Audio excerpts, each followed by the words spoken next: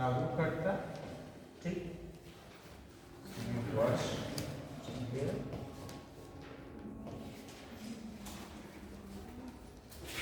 क्षेत्र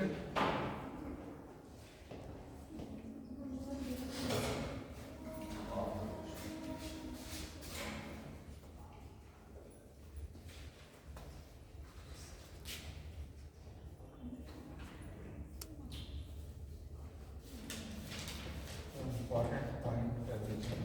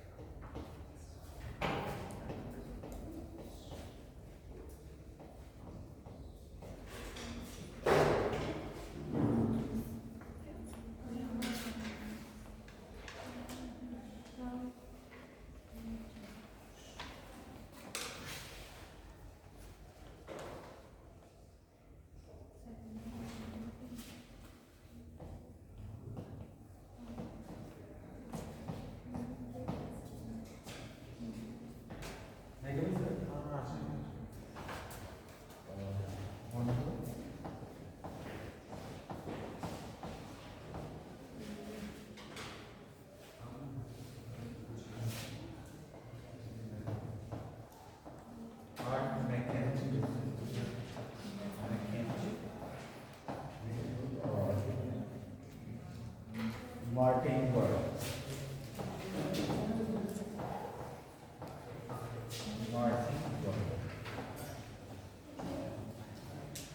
ये 1792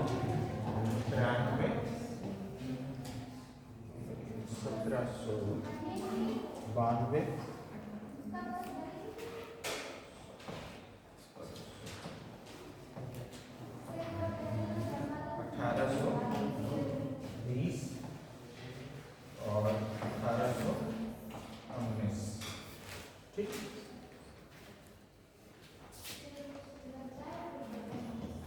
बंगाल वही क्षेत्र है जो इलाहाबाद की संधि में थे, बिहार और उड़ीसा जहां द्वैत शासन लागू था,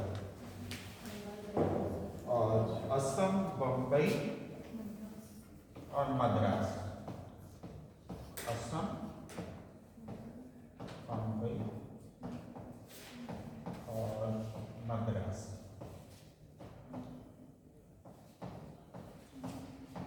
यहाँ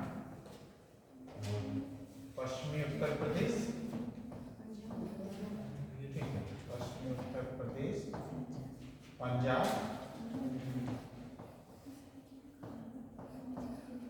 और मध्य प्रदेश।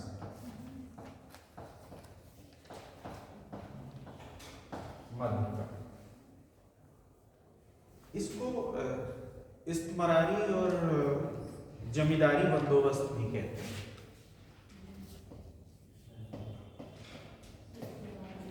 इस्तमरारी या जमींदारी बंदोबस्त।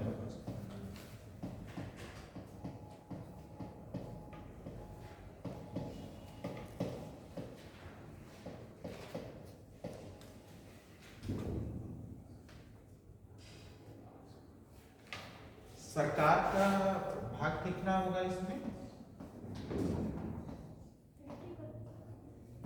नहीं, 11 में से 10,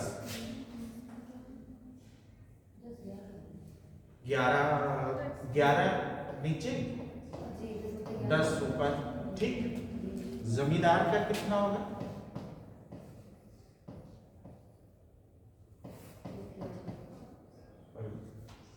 जमींदार का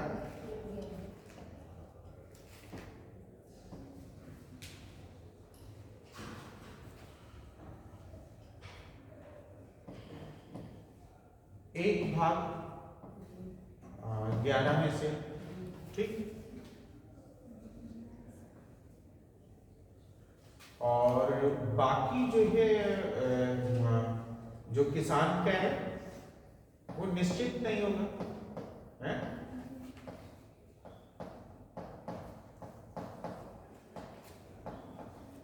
निश्चित नहीं। ठीक, इसी से संबंधित एक था सूर्यास्त कानून। सूर्यास्त कानून, ये सूर्यास्त कानून क्या था? हाँ, एक डेट दे दी जाती थी कि फला डेट तक जमा करना है, कलेक्ट करके जमींदारों को, और सूर्यास्त होने के बाद वो किसी और को अलाउट कर दिया जाए। ठीक है, तो ये जो है सूर्यास्त कानून इसी से संबंधित है, परमानेंट सेटलमेंट से। ठीक है, परमानेंट सेटलमेंट को ही इस्तेमाली बंदोबस्त या जमींदारी बंदोबस्त के नाम से जाना जाता था। ठीक है,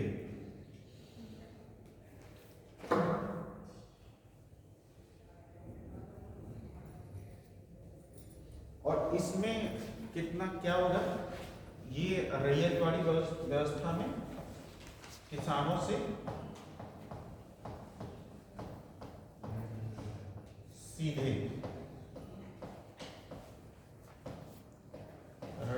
राजस्व की वसूली। ठीक है,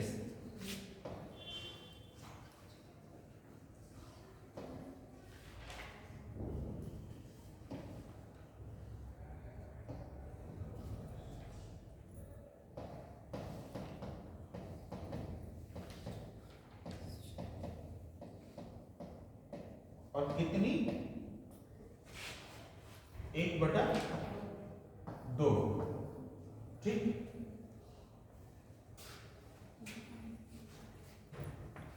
एक बटा दो से मतलब उपज का। ठीक है, उपज का भू राजस्व।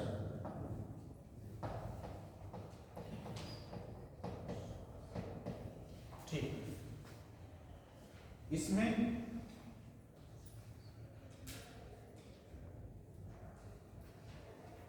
भू राजस्व कितना होगा?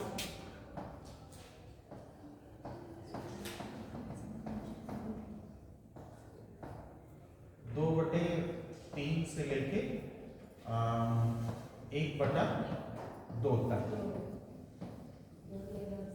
ठीक, 2/3 से लेके 1/2 तक। और ये जो है महल का मतलब क्या है? महल का मतलब गांव या गांव का समूह। ठीक है, गांव का समूह।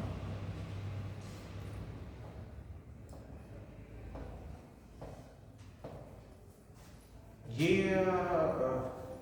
ठीक है, वो वाला तो आप वो वाला तो चार्ट आपने देखा ही है ना। ये जो था आधा जो है 51% रैयतवाड़ी, 19%। हाँ, 19% स्थायी बंदोबस्त, परमानेंट सेटलमेंट, और बचा हुआ 30% महालूस। ठीक,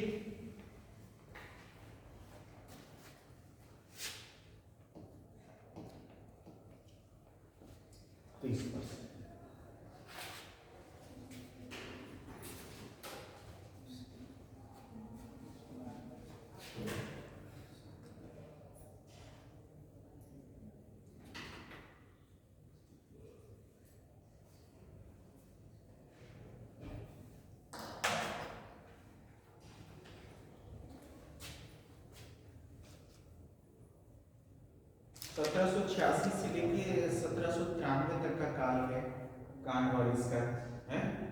तो 1786 से लेके 1793 तक का काल जो है कानवालिस का है। तो आखिर में यानी 1793 में उसने लागू किया है, और वही क्षेत्र है जहाँ द्वैत शासन लागू हुआ था। ठीक है, डुअल गवर्नमेंट जहाँ लागू हुई है यानी बंगाल, बिहार और उड़ीसा जो जिसकी दीवानी मिली थी इलाहाबाद की संधि के बाद, तो ये जो है उन्हीं इलाकों में लागू हुआ है। ठीक है, और 1793 के जस्ट बाद 1792 है ना। तो रैयतवाड़ी 1792 याद रखिए, कर्नल रीड और मुनरो ने इसको जो है फिर से जनरेट किया है इसको दोबारा से, वो 1820 में। ये असम, बम्बई और मद्रास, ठीक। और महलवाड़ी जो है हार्ट मैकेंजी और मार्टिन वर्ड हैं, जो उत्तर पश्चिम उत्तर प्रदेश, पश्चिमी उत्तर प्रदेश, पंजाब और मध्य प्रांत में है। ये जैसे 1820 है, एक साल और कम यहाँ पर ले लीजिए आप 1819, तो इसको याद रख पाएंगे, है ना। इसको कोरिलेट इससे कर लीजिए, इसको कोरिलेट इससे कर लीजिए, ये इसको मैप में भी कर लीजिए, है ना। आप जो है कौन कौन से इलाके होंगे मैप में, कभी कभार क्या होता है कि मैप दे देंगे, है ना। फिलिप्स का जो एग्जाम है उसमें मैप दे देंगे और बताएंगे कि यहाँ इन क्षेत्रों में कौन सी व्यवस्था लागू हुई या किसने लागू की, ये व्यवस्था कौन सी व्यवस्था थी और किसने लागू की। तो थोड़ा सा मैप पे भी आइडिया हमें इसका होना चाहिए, ठीक।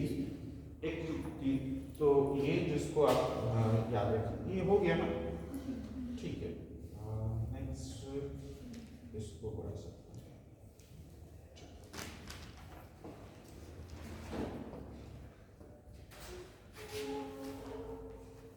ब्रिटिश उपनिवेशवाद के चरण हैं, उनको आप मोटे तौर पे याद रखिए, कहीं आपके काम आ सकते हैं, है ना।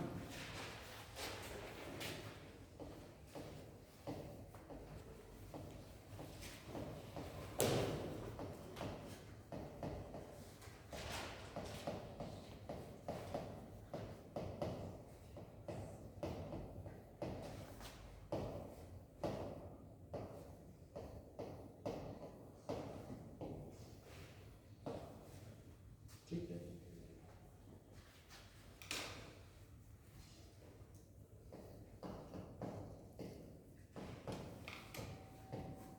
प्रथम चरण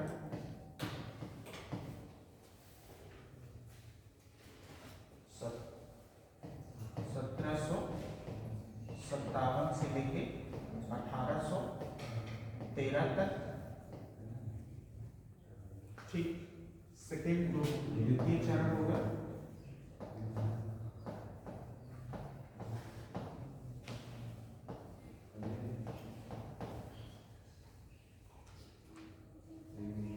अठारह सौ तेरह से लेकर 1858 तक।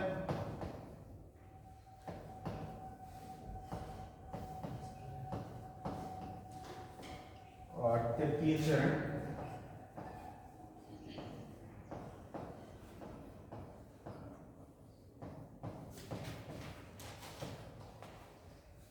1858 से लेकर 1947 तक।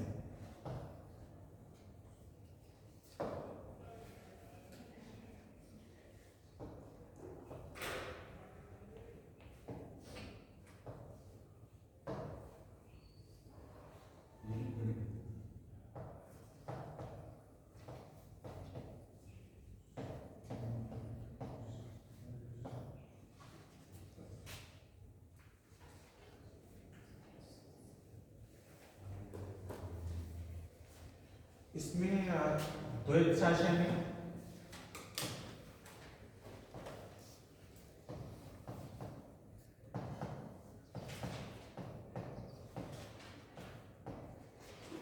और ये धन लूट का चरण है।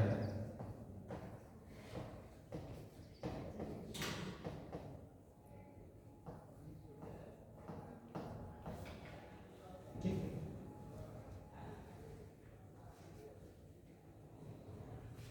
1772 तक, 1747 से 1772 तक का जो काल है, इसको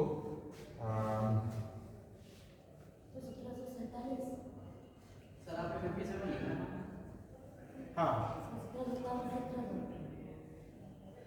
1700 47 बोल रहे हैं, आपका 57 लिख रहे हैं।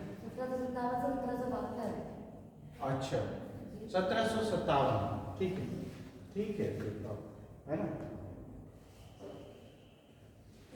1765 इसको करेंगे।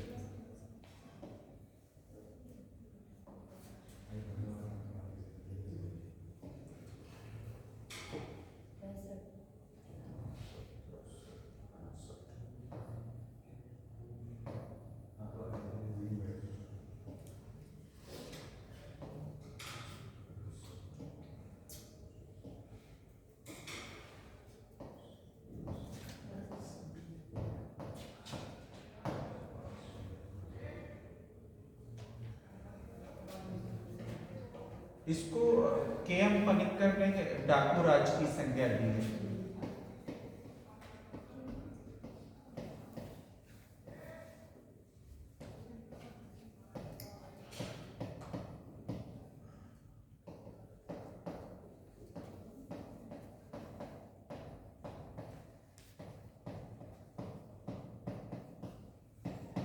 ठीक है,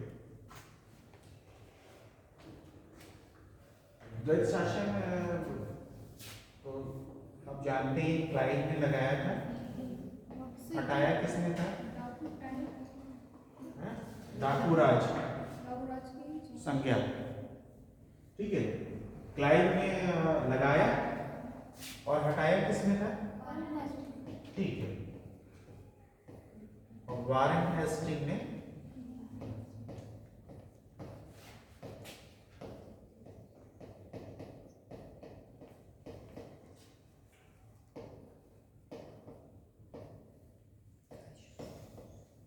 फैक्ट है, इंपॉर्टेंट इसलिए इसको ये जो है औद्योगिक पूंजीवाद का कार्य, औद्योगिक पूंजीवाद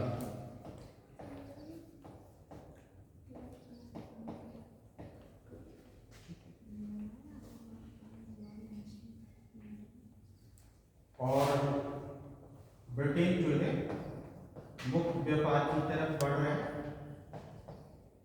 मुक्त व्यापार किसको छोड़ के?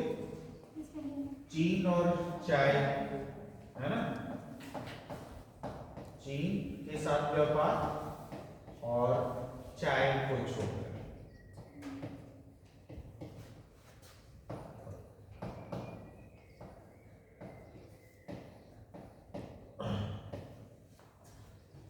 1893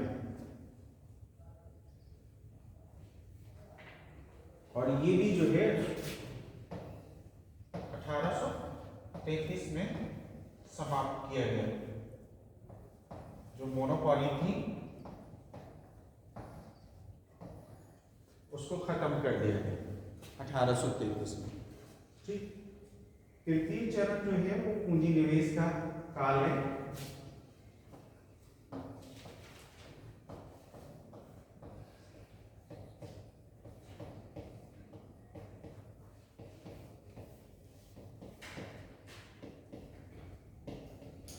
किसमें पूंजी निवेश?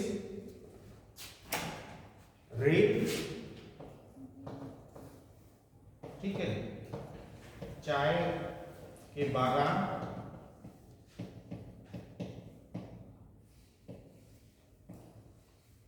और नील है, नील की खेती। नील का पौधा देखा है आपको? हैं? हैं, देखा है ना? तो उसको देख लीजिएगा और उसका जो है बॉटनिकल नेम भी लिख लीजिएगा, है ना, इसका बॉटनिकल नेम।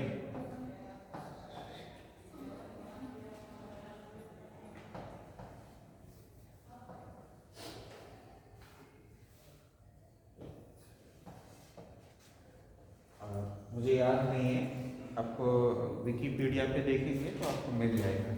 ठीक है, हो सकता है कभी पूछ लें, है ना। तो मेमोरी में ये होना चाहिए। तो ये जो द्वैत शासन है इसमें आय जो थी वो डबल हो गई थी।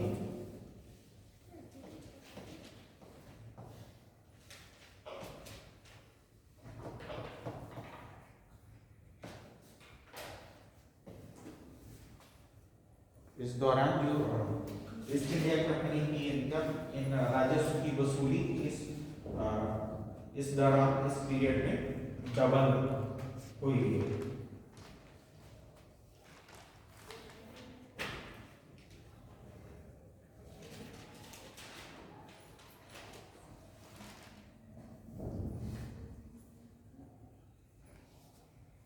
ये हो गया।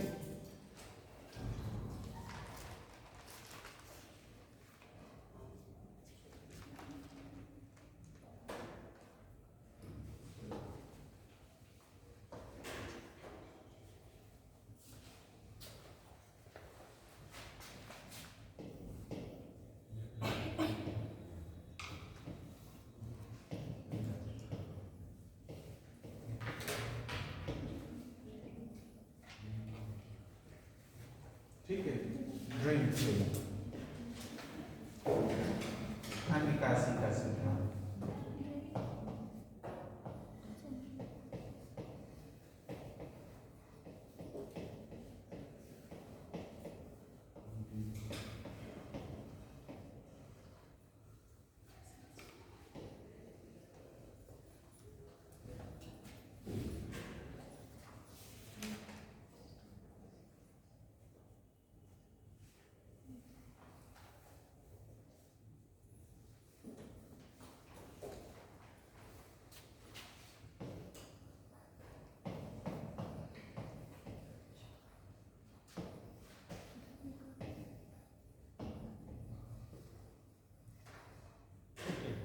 टर्म आपको मिलता है कल्चरल रीजन। कल्चरल रीजन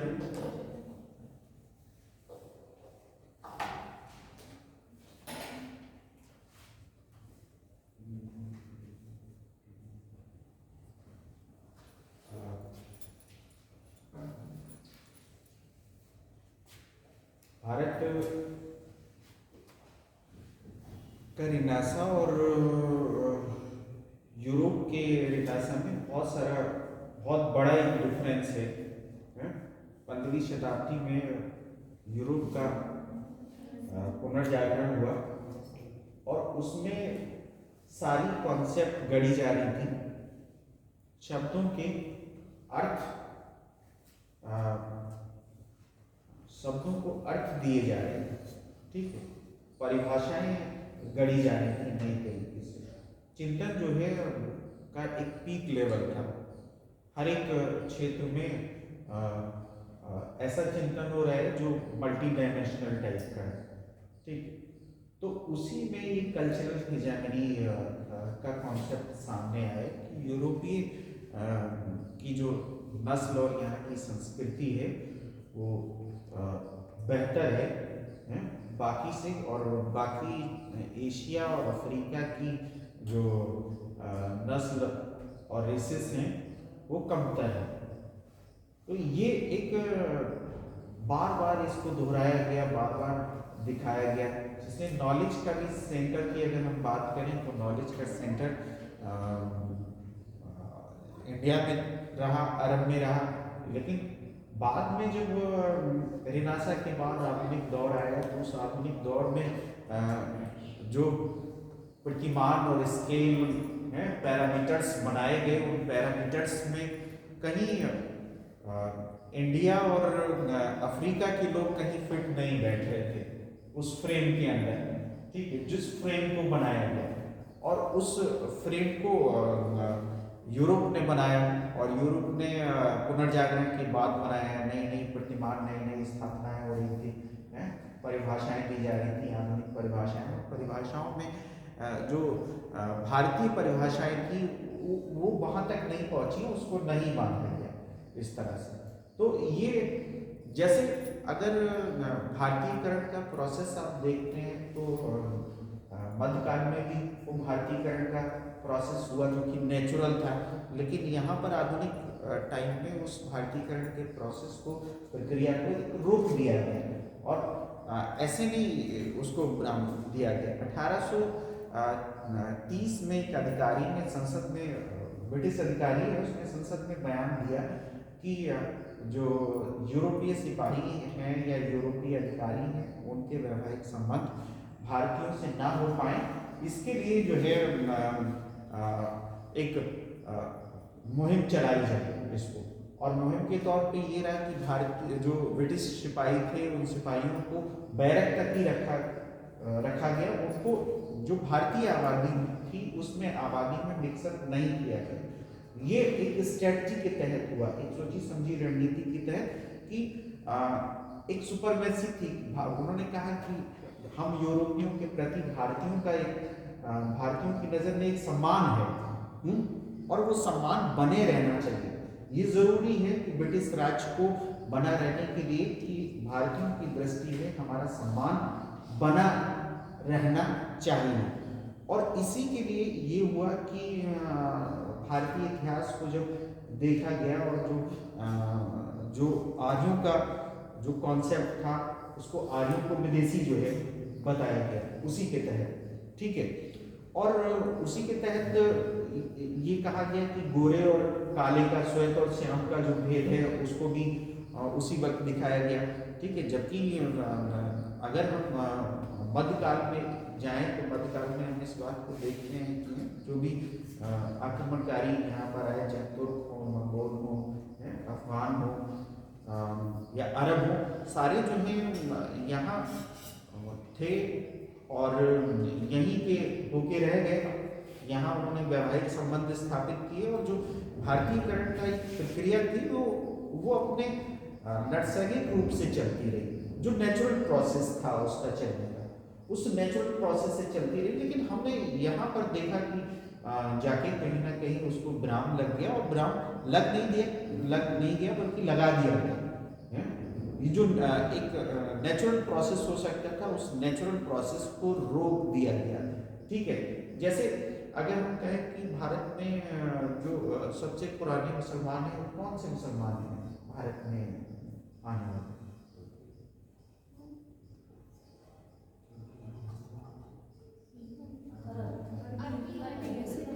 अरब से तो आए थे अरब यात्रियों के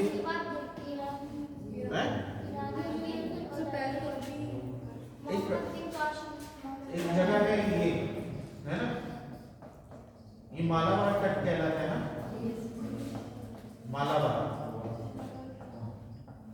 ये केरला में है। और यहाँ पर एक सेटलमेंट है मोबला, ठीक है। ये जो मोबला मुसलमान है वो सबसे पुराने मुसलमान हैं। ये अरब व्यापारी और भारतीय की संतानें हैं, ठीक है। अरब व्यापारी और भारतीयों की संतानें हैं।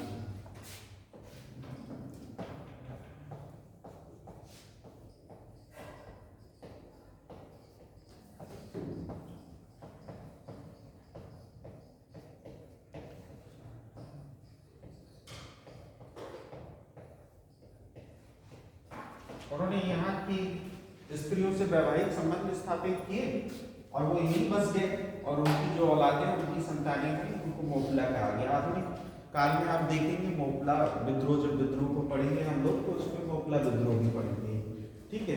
तो ये मोबला जो है उस मोबला नहीं मोबला किसान है एक्चुअली, हाँ, किसानों का जमींदारों के प्रति विद्रोह है, जो आप उसको देखेंगे बाद में आधुनिक काल में।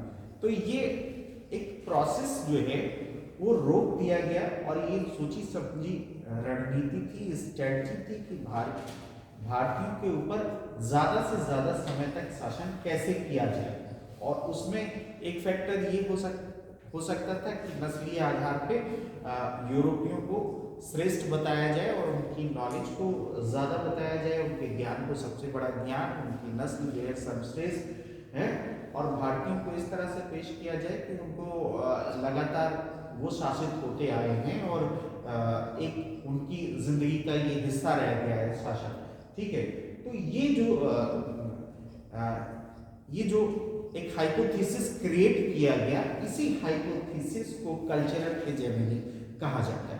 ठीक है, तो उसमें बहुत सारे एस्पेक्ट हैं, जैसे आप नॉलेज का सेंटर आप देखेंगे तो भारत जो है प्राचीन काल में भारत जो है ज्ञान का केंद्र था, मगर वो भारतीय ज्ञान क्या वो अरब से होते हुए यूरोप पहुंचा, और आधुनिक दौर में यूरोप ने खुद को उसको पेटेंट करा दिया और वो जो है यूरोप का हो गया। और अगर कुछ नहीं हो सका तो क्या हुआ कि ब्रिटेन तक या फ्रांस तक उसको नहीं ले जा सकते थे, तो उन्होंने जो है उसको स्थापित किया कि ये जो है यूनान में पैदा हुआ है। तो ये जो है हम लोग जो है उससे एकदम बेखबर है। भारतीय इसलिए बेखबर है कि भारत कभी भी मध्यकाल में है, मध्यकालीन युग में वो सामंतवादी काल और वो अंधकार वाला युग, उसी अंधकार और सामंतवादी युग में भारत जो है अभी भी मौजूद है, और जबकि यूरोप आधुनिक दौर में प्रवेश कर चुका है। जितनी अवधारणाएं थी बड़ी बड़ी, जितने बड़े बड़े विचार थे, वो सारे बड़े बड़े विचार, बड़ी बड़ी अवधारणाएं, बड़े कॉन्सेप्ट जो हैं वो सारे आ चुके थे अब तक। और वो जो भी यूरोप में, और वो चिंतन के इतने आयाम हो सकते हैं उस रिनासा में कि आप पढ़ेंगे तो उसको सोचना और समझना पड़ेगा कि हमें कितने उसके आयाम और कितने फलक हो सकते हैं। ठीक है, तो उस रिनासा में जो चिंतन हुआ उसके बहुत सारे फलक और बहुत सारे आयाम, उसी से निकली हुई एक छोटी सी हाइपोथेसिस थी कल्चरल हेजेमनी, जिसको इंडिया में जो है किया गया। इसी को बाद में मैकाले कह रहे हैं और दम भर रहे हैं कि भारतीय जो यूरोप की एक अच्छी लाइब्रेरी की एक अलमारी कहीं बेहतर है भारत के पूरे जो है नॉलेज और ज्ञान से कहीं ज़्यादा है। और ये इस तरह से बार बार स्थापित किया गया, लेकिन वहाँ पर बहुत सारे विचार और बहुत सारे अवधारणाएं उस वक्त मौजूद थी यूरोप के अंदर। वहाँ उदारवादी भी हैं, अनुदारवादी भी हैं, उपयोगितावादी भी हैं, ठीक है, भौतिकवादी भी हैं, सब हैं, और सबके विचारों के साथ सब में चिंतन, हर एक चिंतन चल रहा है, और उसमें चिंतन के नए नए आयाम जो है वो गढ़े जा रहे हैं। ठीक है, और उसमें उस चिंतन से ये उपज हो रही है कि कैसे करके उपनिवेशों को ज्यादा समय तक अपने अधीन बनाया जा सकता है, इसके ऊपर बात हो रहा है, इसके ऊपर पूरा चिंतन जो है इस पे ठहर रहा है। और भारत के जो स्थानीय शासक हैं उनके लिए राष्ट्रवाद और कोई संघ का बनाना एक ख्वाब और एक जो है सपना जैसे है। उन्होंने कभी ये नहीं सोच रहे हैं कि वो राष्ट्रवाद या राष्ट्रीय तत्व क्या हो सकते हैं, या ब्रिटिश ईस्ट इंडिया कंपनी का विकराल रूप क्या हो सकता है इस बार में, वो एक ख्वाब जैसी बात है। अगर उस पूरे आधुनिक भारत में सिर्फ टीपू सुल्तान का एक उदाहरण हम अगर छोड़ दें तो, लेकिन टीपू सुल्तान को भी कोई ज़्यादा महत्व नहीं मिला, और मराठे और निज़ाम जो है लगातार अंग्रेजों के संपर्क में रहे, और जो समीकरण थे, इक्वेशंस थे, उन इक्वेशंस को बनाते हैं। वो टीपू सुल्तान एक ऐसा शासक है जो जैकोबिन क्लब का मेंबर बनता है, और वो फ्रांस से भारत के पक्ष में क्या जो है हो सकता है, इस तरह का जो है विचार रख रहा है। ठीक है, तो ये चीज़ हमें देखने को मिलती है। खैर, तो ये कल्चरल हेजेमनी की हम लोग बात कर रहे थे, जिसकी वजह से उपनिवेशवाद को मजबूती देने की कोशिश लगातार की जा रही है। ठीक है, ये हो सकता है।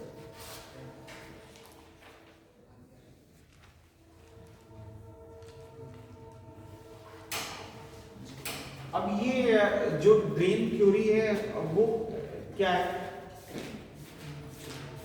एक जैसे प्राचीन भारत में व्यापार का मामला क्या बनता है?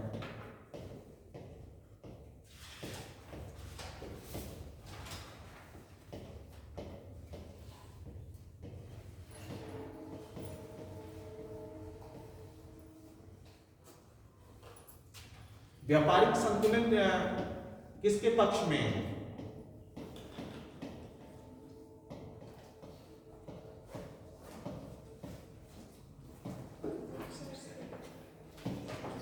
भारत के पक्ष में। प्राचीन भारत के अंदर हम बात करें तो व्यापारिक संतुलन जो है वो भारत के पक्ष में है। भारत के पक्ष से मतलब, भारत के पक्ष से मतलब क्या हुआ? उसका नहीं, भारत के पक्ष में ये हुआ कि निर्यात उसका ज्यादा होगा भारत में। ठीक है, निर्यात ज्यादा था और आयात कम था। ठीक, आयात कम तो निर्यात ज्यादा, आयात कम। इसका मतलब ये था कि जो पूंजी थी वो बाहर से आ रही थी, विदेशी मुद्रा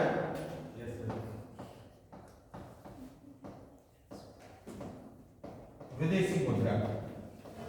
ठीक है,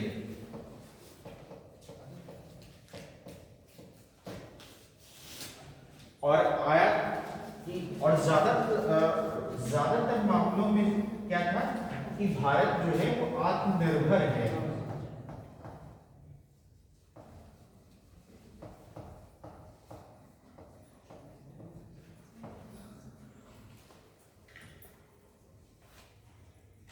ईस्ट इंडिया के आने के बाद ये मामला जो है एकदम उलट जाता है? ये जो मामला है वो एकदम उलट जाता है ईस्ट इंडिया कंपनी के आने से।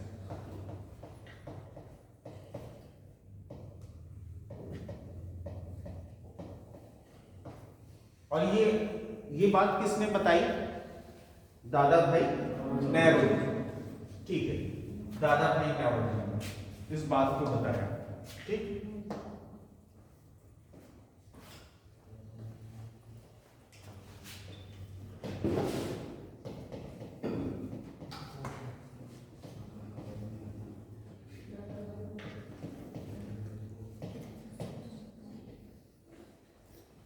कौन सी किताब है? Poverty and injustice.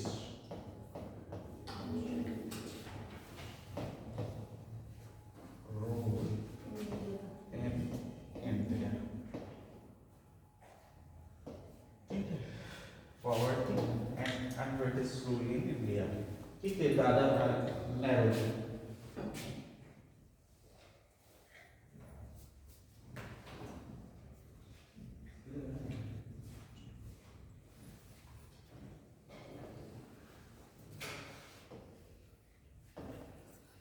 इंग्लैंड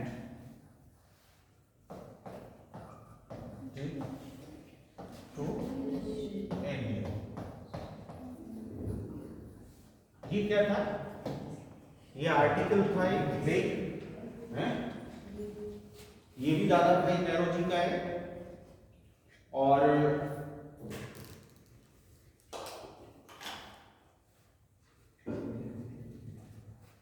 ये कहां पर उन्होंने, ये कहां कहा था? ये जो लेख की बात कहां पर हुई थी? पहले ईस्ट इंडिया कंपनी की बैठक हुई थी लंदन में। ठीक है,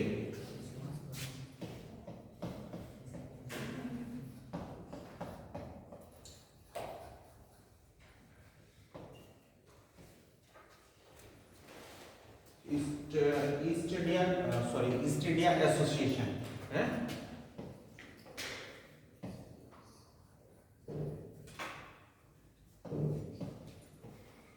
ठीक है, लंदन में बैठक हुई, उसमें इसकी बात हुई। बाद में इसी को उन्होंने इलाबरेट करके और इसमें किताब की शक्ल में दिया।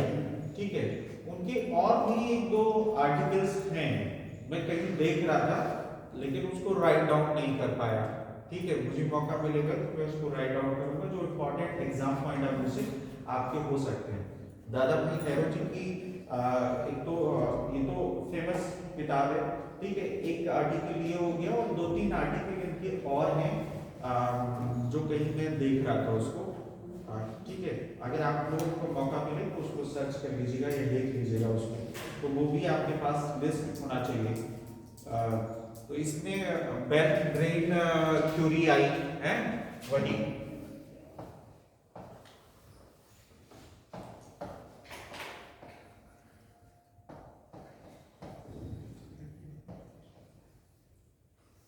धन निकासी का सिद्धांत, ये किस तरह से जो है ऐसे लगता है कि गंगा का पानी सोख के टेम्स नदी में डाल दिया जा रहा है।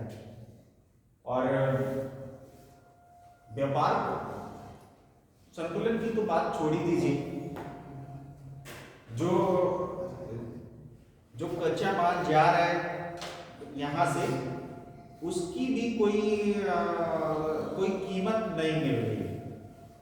ठीक है, एक तकावी ऋण की तरह, जैसे आप मिडल पीरियड में देखते हैं कि एडवांस खेती के लिए दिया जा रहा है तकावी ऋण, है ना, उसी तरह से आधुनिक पीरियड में भी तो ईस्ट इंडिया कंपनी और ब्रिटिश सरकार देती थी, उसको क्या कहते हैं, लोन देती थी। ठीक है, एक टर्म है उसका, ठीक, उसको जरा देखिएगा, मुझे याद नहीं आ रहा है इस वक्त। वो जैसे तकाबीर में दिए जाते थे, हैं, अग्रिम राशि दी जाती थी मिडल पीरियड में, है ना, खेती के लिए और खेती करने के लिए। तो इसी तरह से नील की खेती और चाय के बागानों के लिए, है ना, एडवांस दिया जाता था। तो और उसमें तो कीमत उसकी रहेगी जो कंपनी तय करेगी या ब्रिटिश हुकूमत जो तय करेगी, वो उसकी कीमत रहेगी, और उसमें कोई बार्गेनिंग नहीं कर सकता था किसान एक तरह से। तो किसानों को बाध्य किया जाता था, और इस बात करने के बाद हमने देखा कि नील की जो खेती है, नील की खेती के लिए जो है बाध्य किया जा रहा है, और बाद में नील आंदोलन हो रहा है। तो ये चीजें हम देख रहे हैं। इसके बाद एक किताब और है, the economic history of India.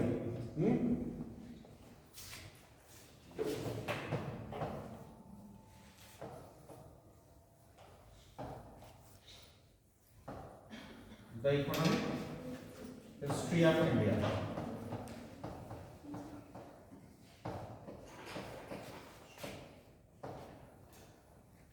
ये आरसी दत्त की किताब है।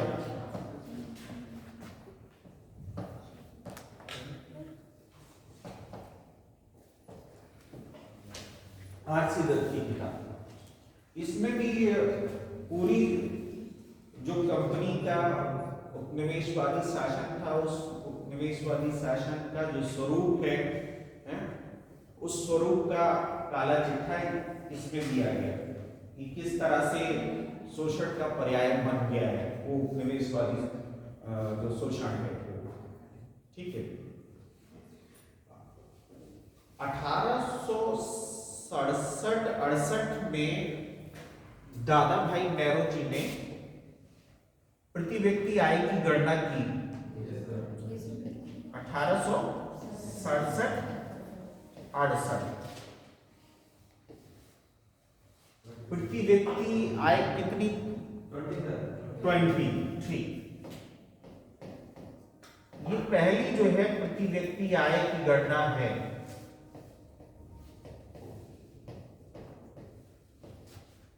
₹20 सालाना, क्यों?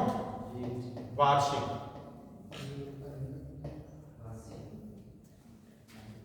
₹20 वार्षिक। तो ये पहली बार ये हुआ। और 1896 में जो कलकत्ता अधिवेशन हुआ उसमें इस जो धन निकासी का सिद्धांत था इसको कांग्रेस ने स्वीकारा 96 में, ठीक है 1896। इसको नोट कर लीजिएगा, इंपॉर्टेंट हो सकता है एग्जाम पॉइंट। कलकत्ता अधिवेशन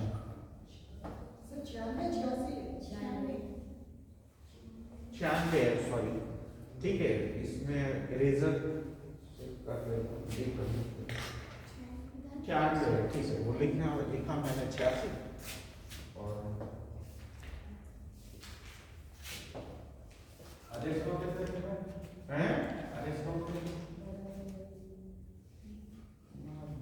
देख लेना कौन सा 1896।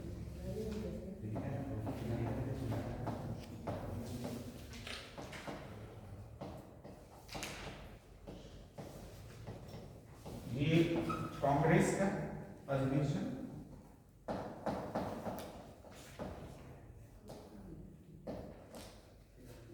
इसमें स्वीकार किया।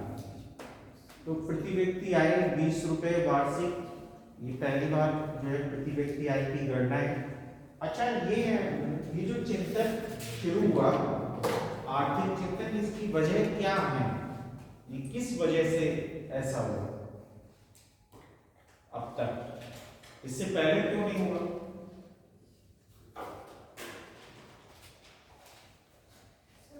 इंडिया से जो पैसा निकला वो बाहर जा रहा था, जबकि आप नहीं रहा था, निर्यात कर रहे थे।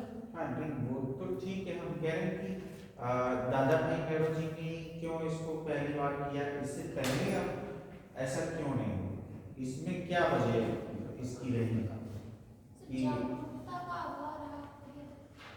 हाँ जागरूकता, ये जो है सही कह रहे हैं ये कि जागरूकता, और जागरूकता किससे आ रही है? एजुकेशन से है। और एजुकेशन कौन सी? वही जो अंग्रेजी शिक्षा, वही अंग्रेजी शिक्षा जिसके जो अपने फायदे के लिए लागू करना चाह रहे हैं मैकाले, हैं वो ऐसा काला साहब बनाना चाह रहे हैं जो बुद्धि से और विवेक से और सोचने के तरीके से अंग्रेज हो और वैसे शक्ल से हिंदुस्तानी हो, ठीक है, तो इस तरह से बनाना चाह रहे हैं।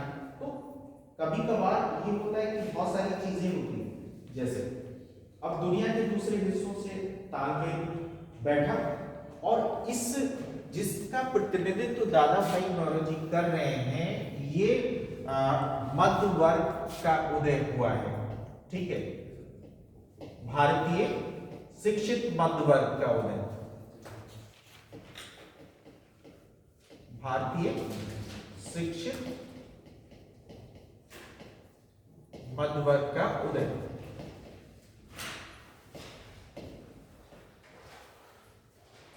और उसने पढ़ना शुरू किया और दुनिया के दूसरे हिस्सों से तालमेल बिठाना शुरू किया।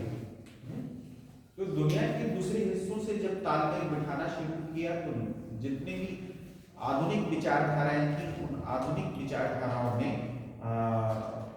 ये चिंतन शुरू हुआ, और फिर पता लगा कि भारत का किस तरह से शोषण और किस हद तक शोषण हो रहा है। और इसकी बात जो है दादा भाई नेहरू जी ने पहली बार की। इनको जो है ओल्ड ग्रैंड मैन भी कहा जाता है, ओल्ड ग्रैंड मैन लिख लीजिएगा कहीं, अगर द ग्रैंड ओल्ड मैन ऐसे करके, द ग्रैंड ओल्ड मैन, ठीक, Dadabhai Naoroji.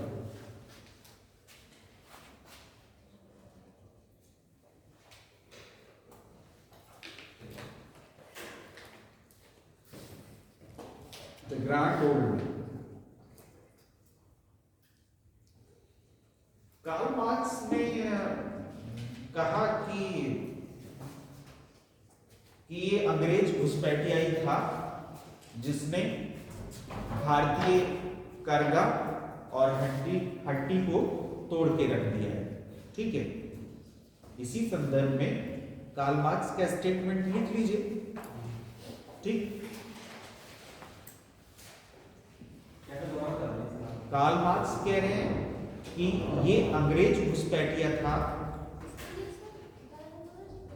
Karl Marx है, ये अंग्रेज घुसपैठिया ही था जिसने भारतीय हथकरघे और हट्टी को तोड़ के रख दिया।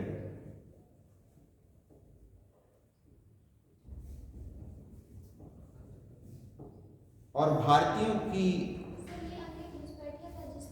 जिसने भारतीय हथकरघे और हट्टी को तोड़ के रख दिया। कार्ल मार्क्स ने जो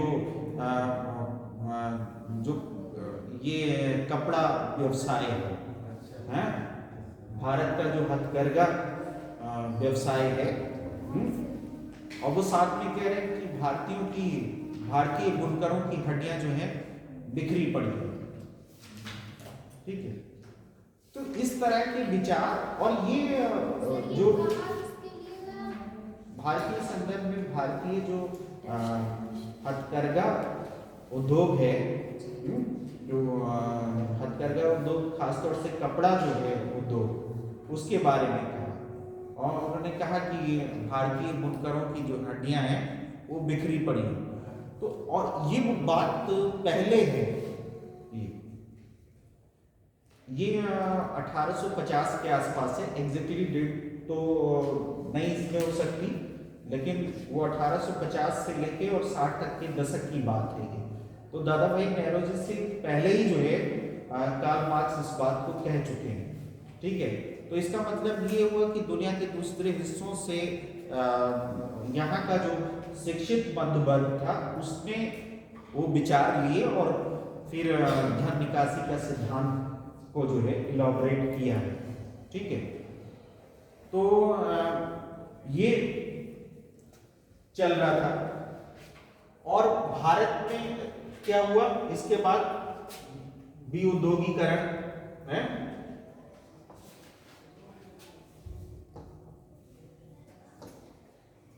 इसका परिणाम एक और ये हुआ कि विउद्योगीकरण, डी इंडस्ट्रियलाइजेशन है, विउद्योगीकरण,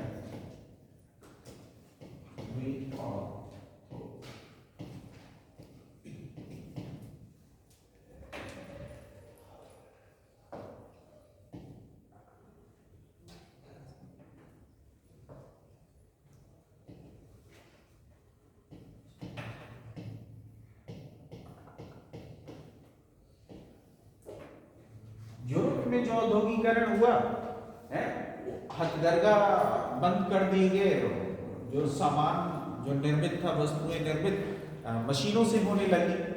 जो छोटे हथकरघा था उसका जो रूप था वो बड़ी फैक्ट्रियों ने, बड़े कारखानों में ले लिया उसका, और मशीनीकरण हुआ, औद्योगिकरण हुआ, जिससे जो है व्यापक लेवल पे प्रोडक्शन होने लगा। लेकिन भारत में इसका उल्टा हुआ। जो औद्योगिकरण होना चाहिए वो तो हुआ नहीं, और जो हथकरघा और उद्योग था वो भी खत्म हो गया।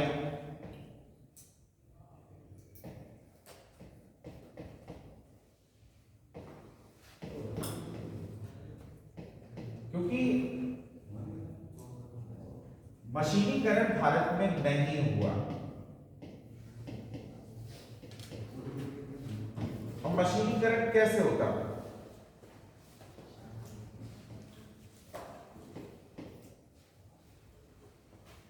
क्योंकि नए उद्योग, बड़े उद्योग तो लगाए नहीं, वो उद्योग तो वहां लग रहे थे ब्रिटेन के अंदर है।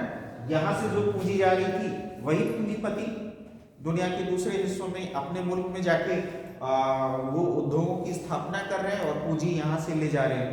ठीक है, तो ये विउद्योगीकरण का दौर था जिसमें भारत में जो मशीनीकरण या औद्योगिकरण होना चाहिए था वो औद्योगिकरण नहीं हो पाया। वो इसलिए नहीं हो पाया क्योंकि पूंजी यहाँ पर नहीं बची थी, या यहाँ के पूंजीपति वर्ग का उदय नहीं हो पाया अब तक, क्योंकि ईस्ट इंडिया कंपनी की पहले मोनोपाली रही और इसके बाद पता लगा कि जो ब्रिटिश हुकूमत आई उसने बाकी जो व्यापारी थे ब्रिटेन के उनको भी छूट दे दी। और क्या हुआ कि इसमें जो यहाँ का जो प्रोडक्ट है वो उस क्वालिटी के नहीं थे। एक बात तो ये कि जो यहाँ के प्रोडक्ट हैं वो उस क्वालिटी के नहीं होंगे जो मशीन से बन के यूरोप के प्रोडक्ट आ रहे थे। और इसीलिए ये जो है एक तरह से तोड़ने का काम था। जो उनके टूल्स थे वो पुराने थे, उसके लिए नयापन कुछ था नहीं। तो ये अब एक दौर ऐसा था कि यूरोप में लोगों के घरों की जो अलमारियां थी वो भारतीय मलमल और कॉटन से भरी रहती थी। अब जो है वहाँ का वही कपड़ा वहाँ से निर्मित आके भारत में जो है बाजार पूरा फटा पड़ा है और उस यहाँ से रॉ मटेरियल भेजा जा रहा था, पूरा कच्चा माल, और जो निर्मित वस्तुएं थी, निर्मित प्रोडक्ट था वो भारत के अंदर आ रहा था। तो एक तरह से उत्पादक था भारत, कच्चे माल का उत्पादक।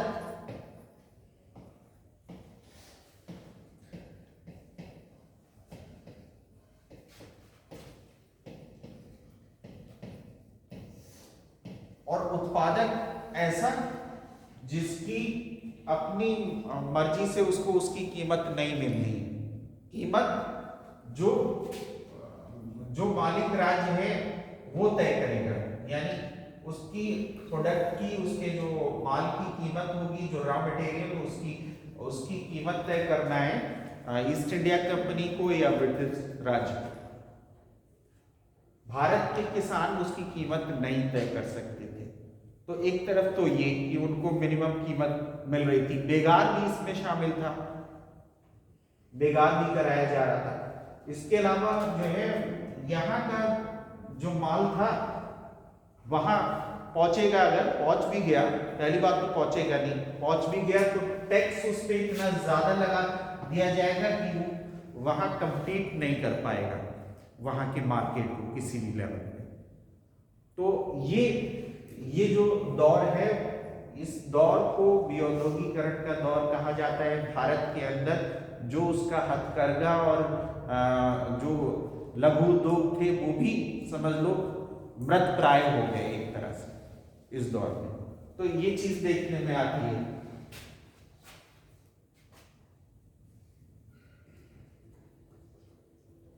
इसके कारण क्या थे? एक इसके पतन के कारण नोट कर लीजिए, हैं? यानी विऔद्योगीकरण या यहाँ का जो उद्योग था उसके समाप्त होने के कुछ कारण हो सकते हैं। कभी कभार कॉन्सेप्चुअल क्वेश्चन में कुछ फैक्टर्स जो हैं आपके पास होना चाहिए जिससे कोई गफलत ना हो सवाल का जवाब देने में। ठीक है, तो नंबर 1 लिख लीजिए, संरक्षक एवं खरीदार का पतन।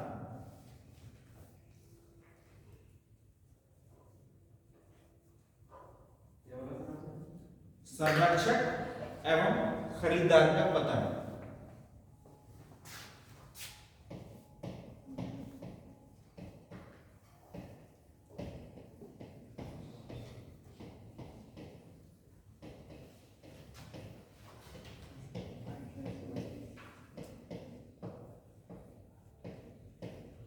ठीक, तो संरक्षक और खरीदार कौन था? जो देसी राजे, रजवाड़े, नवाब, देसी रियासतें, स्थानीय शासक, ये जो यहाँ का अभिजात वर्ग था, जो एलिट क्लास, वो उसका खरीदार हो सकता था। ठीक है, उसका संरक्षक हो सकता था, लेकिन उसकी अपनी हालत वैसे ही खराब हो चुकी थी इस समय तक आते आते। तो ये एक वजह रही। दूसरा जो है ब्रिटेन द्वारा भारतीय वस्तुओं पर अधिक कर। नेक्स्ट पॉइंट लिख लीजिए, ब्रिटेन द्वारा भारतीय वस्तुओं पर अधिक कर। ये ब्रिटेन की एक तरह से संरक्षण नीति थी अपने उद्योगों के लिए, है? अब ज्यादा टैक्स लगा दीजिए, वो महंगी हो जाएंगी, कस्टमर तो उसी को लेगा ना जो सस्ती होगी, क्वालिटी वाइज अच्छी होगी, ठीक है। तो एक बात तो ये कि हैंडलूम से बनी हुई, मतलब हाथों से बनी हुई, हथकरघा से बनी हुई, पावर लूम की तो है नहीं, तो क्वालिटी भी उतनी अच्छी नहीं है और उस पर टैक्स भी आपने ज्यादा लगा दिया, तो इसका मतलब ये हुआ कि जाते जाते उसकी कीमत ज्यादा बढ़ जाएगी, ठीक है।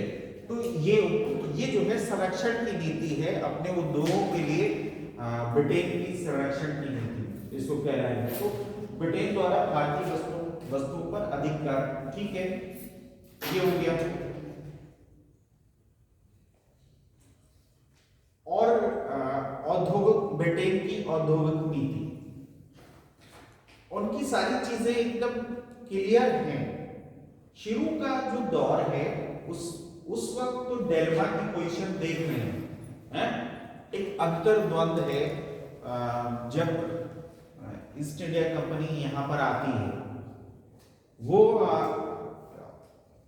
जैसा अवसर देख रही है उस तरह से व्यवहार कर रही है, लेकिन बाद के दौर में जब वो स्टैब्लिश हो जाती है पूरी तरह से और क्राउन के अधीन शासन आ जाता है, 1858 का एक्ट आता है, तो सारी जो नीतियां हैं वो एकदम क्लियर हो जाती है कि करना क्या है।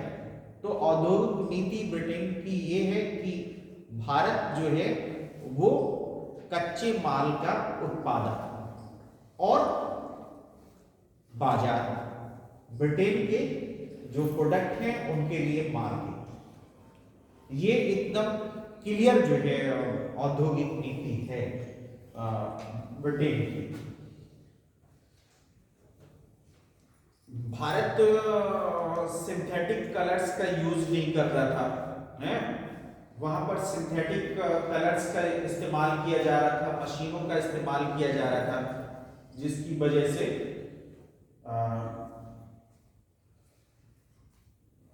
है एक, हाँ, वो जो है ददनी प्रथा है, एक टर्म मिलता है ददनी प्रथा, ददनी प्रथा।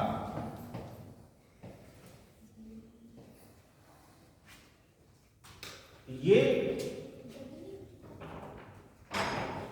इसमें क्या होता था कि भारतीय किसानों के लिए कुछ अग्रिम राशि दे दी जाती थी, ददनी प्रथा, यही है ना? हाँ, जो तकावी ऋण हम जिसको कह रहे थे मध्यकाल में, है ना, इस वक्त वो है ददनी प्रथा। मतलब भारतीय किसानों को एक छोटी सी अग्रिम राशि दी जा रही है और जिससे वो बाउंड हो जा रहे हैं उसी की खेती करने के लिए जिसको ब्रिटिश हुकूमत कराना चाहती है, और वो दाम खुद तय करेंगे, ठीक है। तो ये जो है प्रथा ददनी प्रथा कहलाती है।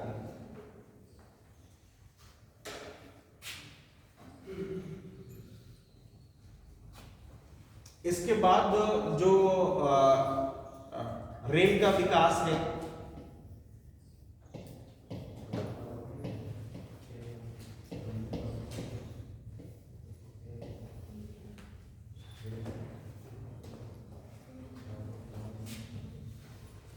पहली ट्रेन कहां से कहां तक चली?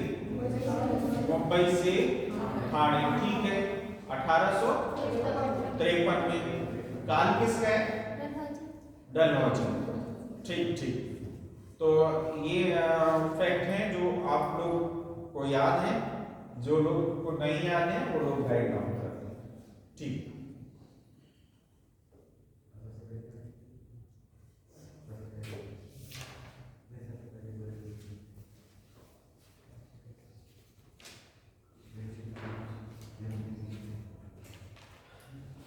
बाल गंगाधर तिलक ने भारतीयों के लिए अनावश्यक चीज बताया रेल को।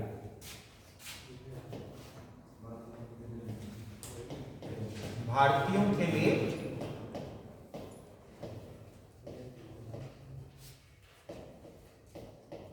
अनावश्यक चीज।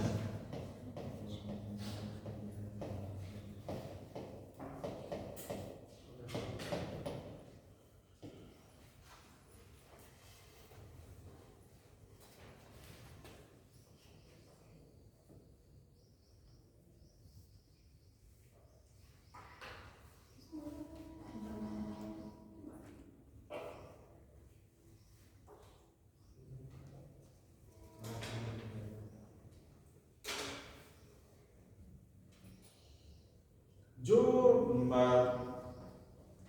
रेल का विकास है वो सैनिक और व्यावसायिक हित के लिए है। हाँ, रेलवे का विकास आर्थिक विकास से प्रेरित ना होकर सैनिक एवं व्यावसायिक हित से प्रेरित था। ऐसे लिख लीजिए एक लाइन में। तो क्वेश्चन कभी कभार पूछ ले, है ना? Yes sir. इससे कॉन्सेप्चुअल क्वेश्चन तो आपको क्लियर होना चाहिए कि रेलवे का विकास आर्थिक विकास से प्रेरित ना होकर सैनिक एवं व्यावसायिक हित से प्रेरित था। इस एक सेंटेंस में पूरी बात जो है बयान हो रही है। Yes sir.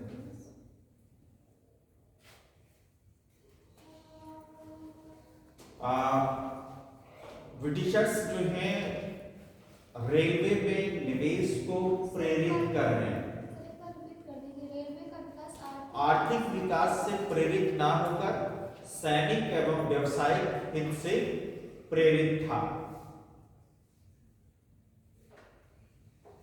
सैनिक एवं व्यावसायिक हित से प्रेरित था। इस दौर में सबसे ज्यादा जो निवेश हुआ वो रेलवे में हुआ, ठीक है। और ब्रिटिश ईस्ट इंडिया कंपनी जो है रेलवे में निवेश को प्रोत्साहित कर रही है। इसके बाद जो ब्रिटानी हुकूमत है वो भी रेलवे में व्यवसाय को, रेलवे में निवेश को प्रोत्साहित कर रही है और उसके लिए संरक्षण कर रही है कि जैसे 5% का लाभ उनको, जो भी निवेश करेगा वो 5% का लाभ उसको दिया जाए, चाहे है हाँ किसी को भी, मतलब किसी से मतलब जो भारतीय पूंजी थी उस भारतीय पूंजी को भी उन राजे रजवाड़ों से और जो नवाब थे उनसे निकलवाना चाह रहे थे एक तरह से। Yes sir. और ये अपने फायदे के लिए हो रहा है, अपनी प्रशासनिक हित के लिए, जो रॉ मटेरियल है उसके लिए कलेक्ट करने के लिए, मार्केट तक उस प्रोडक्ट्स को जो वहां से आ रहा है लंदन में बना हुआ, ब्रिटेन में बना हुआ, उसको पहुंचाने के लिए। तो ये रेलवे का इस्तेमाल जो है वो एक मशीनरी की तरह एक सिस्टम में जो इस्तेमाल हो रहा है वो अपने हित के लिए कर रहे हैं इस्तेमाल। लेकिन भारतीय जो एलिट क्लास है, पूंजीपति वर्ग या जो हो सकता है जो अभी कुछ पूंजी बचा के रखा हो, उसकी पूंजी को भी ले लेना चाहते हैं और इस तरह से जो है 5% लाभ की गारंटी दे रहे हैं, ठीक है। तो लाभ की गारंटी दी है वो कितना परसेंट? ये 5%। इसको आप नोट कर लीजिए, एग्जाम में पूछा जा सकता है। और बाद में इसी को 4 से 3.5% कर दिया।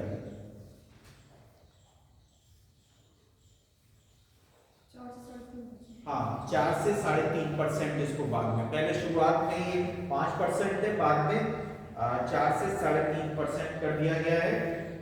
और एक 1924 में एडवर्ड कमेटी बनी जिसकी रिपोर्ट के आधार पर रेलवे बजट अलग कर दिया गया। एडवर्ड कमेटी एडवर्ड कमेटी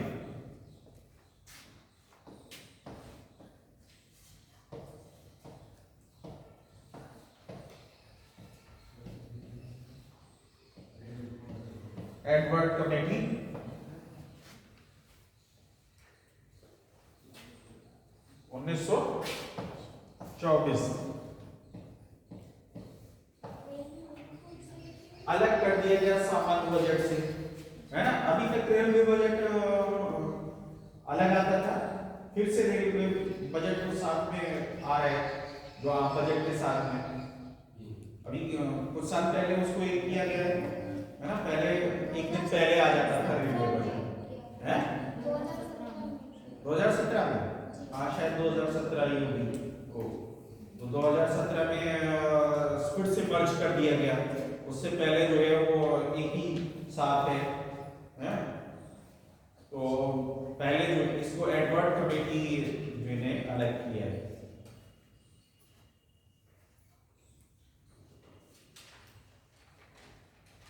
खैर जो भी हो, इसका जो स्वरूप है पहले ईस्ट इंडिया कंपनी का और बाद में जो ब्रिटिश शासन है, ब्रिटिश साम्राज्यवादी और उपनिवेशवादी शासन, इसका स्वरूप जो है भारत में एक शोषण का ही रहा है।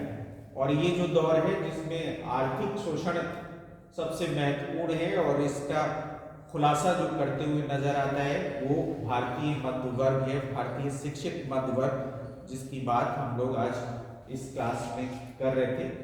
ठीक है, आगे इससे संबंधित अगर कुछ हुआ और तो उस पर बात करेंगे, वरना किसी नए टॉपिक पे हम लोग बात करेंगे।